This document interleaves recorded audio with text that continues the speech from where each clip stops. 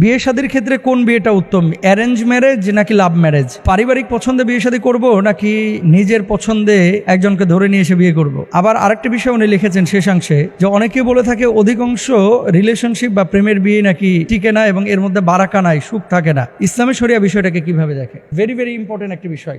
অনেকে এই বিষয়টা নিয়ে খুব ব্যাখ্যা বিশ্লেষণ করে যে নিজের পছন্দ মতো বিয়ে করব নাকি পারিবারিক পছন্দে বিয়ে করব। কিছু কিছু লোক দেখবেন যারা পারিবারিকভাবে বিয়ে শাদী করেছে, তারপরে ভালো জীবনযাপন করতেছে, এরা সবসময় ওয়াজ করে যে বিয়েটা পারিবারিক পছন্দেই কর, তাহলে সুখে থাকবে। আবার যারা প্রেম করে বিয়ে করে ভালো আছে, এরা বলবে যে না, বিয়েটা নিজের পছন্দ মতো কর, কারণ লাইফটা তোর, সিদ্ধান্ত তোকে নিতে হবে, এরকম কথাবার্তা অনেকে বলে থাকে। কিছু কিছু জিনিস নিজের সিদ্ধান্তে যদি আপনি গ্রহণ করে থাকেন, অনেক সময় এটা আপনার জন্য কল্যাণকর হয় না। কুরআনুল কারীমে আল্লাহ সুবহানাহু ওয়া তাআলা কি বলছে একটু খেয়াল করেন। সূরা বাকারার মধ্যে 2 নম্বর পারা 13 নম্বর পৃষ্ঠা, ওয়াসা আন তাকরাহু শাইআ ওয়া হুয়া খায়রুল লাকুম ওয়াসা আন তুহিব্বু শাইআ ওয়া হুয়া শাররুল লাকুম। এই পৃথিবীর বুকে এমন কিছু জিনিস আছে যেটা আপাত দৃষ্টিতে আপনার কাছে মনে হবে যে খুব ভালো, আসলে জিনিসটা ভালো না। এমন কিছু জিনিস আছে যেটা আপনার কাছে খুব অপছন্দের মনে হবে, কিন্তু আসলে এটা আপনার জন্য কল্যাণকর। এই যে জুব্বাটা আমি পরেছি, শুধু যদি মনে করতাম যে এই জুব্বাটা আমার কাছে ভালো লাগছে, অনেক পোশাক দেখবেন আপনি সিলেক্ট করেছেন কিন্তু এটা দর্শকদের কাছে ভালো লাগে না। মানে আপনার বন্ধু বান্ধব বলতেছে, আরে কি পোশাক একটা জিনিস কিনছিস, এটা কোনো পোশাক হলো? আরে কি বাইক কিনছিস, এটা কোনো বাইক হলো? আরে কি মোবাইল কিনছিস, এটা কোনো মোবাইল হলো? এরকম কিন্তু অনেক মানুষ বলে। খাবার দাবার এটা নিজের পছন্দে কি খাইলেন না খাইলেন এটা মানুষে দেখে না। আপনি কোন পোশাক পরতেছেন, কোন মোবাইল ব্যবহার করতেছেন, এটা মানুষ দেখে। দৃশ্যমান জিনিসগুলো অনেক সময় আপনার রুচির পরিচয় বহন করে। তো আপনি এখন স্ত্রী গ্রহণ করবেন, এটা পারিবারিক পছন্দে নাকি নিজে রিলেশন করে? সাহাবীরা রিদওয়ানুল্লাহি আনহুম আজমাইন তারা যে কাজ করেছেন, বিয়ে শাদীর ক্ষেত্রে পারিবারিক পছন্দটাকে প্রায়োরিটি দিয়েছেন। কারণ কি, অনেক সময় অনেক ভাইয়েরা, অনেক বোনেরা নিজের পছন্দে বিয়ে শাদী করে, কিন্তু পরবর্তীতে দেখা যায় যে নিজের পছন্দে বিয়ে শাদী করার পরে পরিবারটা টিকতেছে না, ভেঙে যাচ্ছে। মানুষজন বলে থাকে যে এই যে নিজের পছন্দে বিয়ে করেছিলে, আজকে শেষ। দুটো বিষয় আপনাকে এখানে মনে রাখতে হবে। এক নম্বর, আপনি যখন বিয়ে শাদী করতেছেন, বিয়ে শাদীটা কি? বিয়ে কিন্তু একটা ইবাদত, এটা আপনাকে মাথায় রাখতে হবে। 2 নম্বর বিষয় হচ্ছে, বিয়ে আপনি করছেন কাকে খুশি করার জন্য? আল্লাহকে খুশি করার জন্য। যেই পরিবার আপনাকে 22 বছর, 24 বছর, 26 বছর সাপোর্ট দিল, সেই পরিবারটাকে যখন আপনি যথাযথভাবে মূল্যায়ন না করে নিজের পছন্দ মতো আপনি বিয়ে করে নিয়ে চলে আসতেছেন, তখন কিন্তু এই জিনিসটা আল্লাহ সুবহানাহু ওয়া তাআলা পছন্দ করবেন না। আল্লাহ সুবহানাহু ওয়া তাআলা পবিত্র কোরআনুল কারীমের মধ্যে বলেছেন যে তারা পরস্পরে একে অপরের সাথে কি করতো? পরামর্শ করতো। জীবনের কিছু সিদ্ধান্ত এটা পরামর্শ ভিত্তিক হওয়া উচিত। যদি পরামর্শ ভিত্তিক না হয়, ধরা খাওয়ার সম্ভাবনা অনেক বেশি থাকে। আম্মাজান খাদিজাতুল কুবরা রাদিয়াল্লাহু তাআলা আনহা রাসূল আকরাম সাল্লাল্লাহু আলাইহি ওয়াসাল্লামকে যখন বিয়ের প্রস্তাব দিয়েছিলেন, তখন কি নাউজুবিল্লাহ প্রেম করে বিয়ে করেছিলেন? না।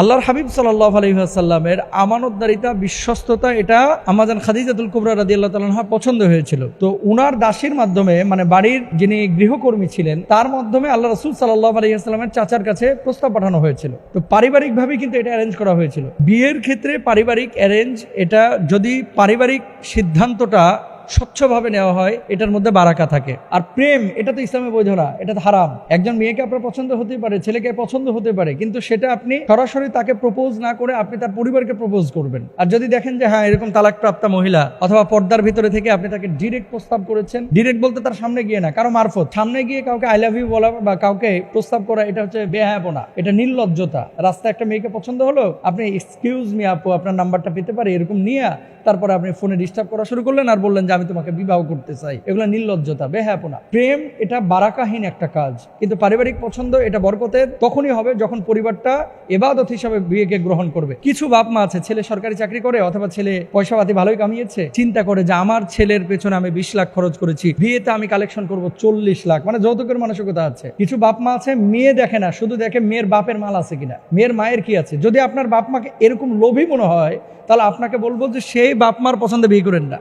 কারণ কি, সেই বাপমার টার্গেট তো আপনার বউ না, সেই বাপমার টার্গেট হচ্ছে টাকা বা অর্থ, এরকম হয়, যৌতুক। বাপমাকে স্পষ্টভাবে আপনার একেবারে ফ্রেন্ডলি আপনার চাহিদাগুলো বলবেন যে মেয়েটা সুন্দরী হতে হবে, মেয়েটা দিনদারি হতে হবে, মেয়েটা আল্লাহ ভীরু হতে হবে, এরকম কিছু শর্ত শরতে আপনার বাপমাকে স্পষ্ট বলবেন আপনার চাহিদাটা কি। মনে রাখবেন, বাপমা কিন্তু সারা জীবন থাকবে না। আপনার লাইফ পার্টনারের সাথে আপনি সারাটা জীবন আমৃত্যু আপনি তার সাথে থাকবেন। তো এখানে আপনার পরামর্শ অবশ্যই পরিবারকে জানতে হবে। আর আপনি যদি মনে করেন নিজ পছন্দে আপনি নিয়ে আসবেন, নিজে পছন্দ করে যারা বিয়ে করে, এই যে তালাক যে হলো, গত 2 বছর আগে ঢাকা সিটির ভিতরে 1 বছরে প্রায় 54,000 তালাকের আবেদন পড়েছে, 54,000।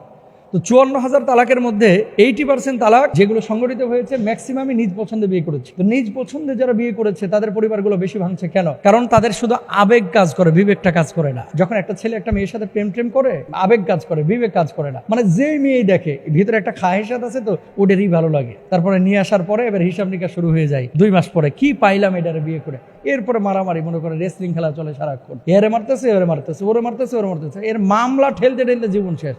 লাভটা কি? এজন্য বলবো পারিবারিক বিবাহ যদি পরিবার দিন বুঝে, ইসলাম বুঝে, তাহলে এটাই উত্তম। আর নিজ পছন্দে যদি কোনো মেয়ে আপনার নজরে চলেই আসে, ডিরেক্ট প্রস্তাবনা না দিয়ে অভিভাবকের মাধ্যমে অথবা আপনি আপনার সার্কেলের মাধ্যমে ভদ্রতার সাথে সুশৃঙ্খল ভাবে আপনি তাকে প্রস্তাবনা দেন, এটা হচ্ছে মূল কথা। আল্লাহ তাআলা আমাদের সবাইকে বোঝার তৌফিক দান করুন।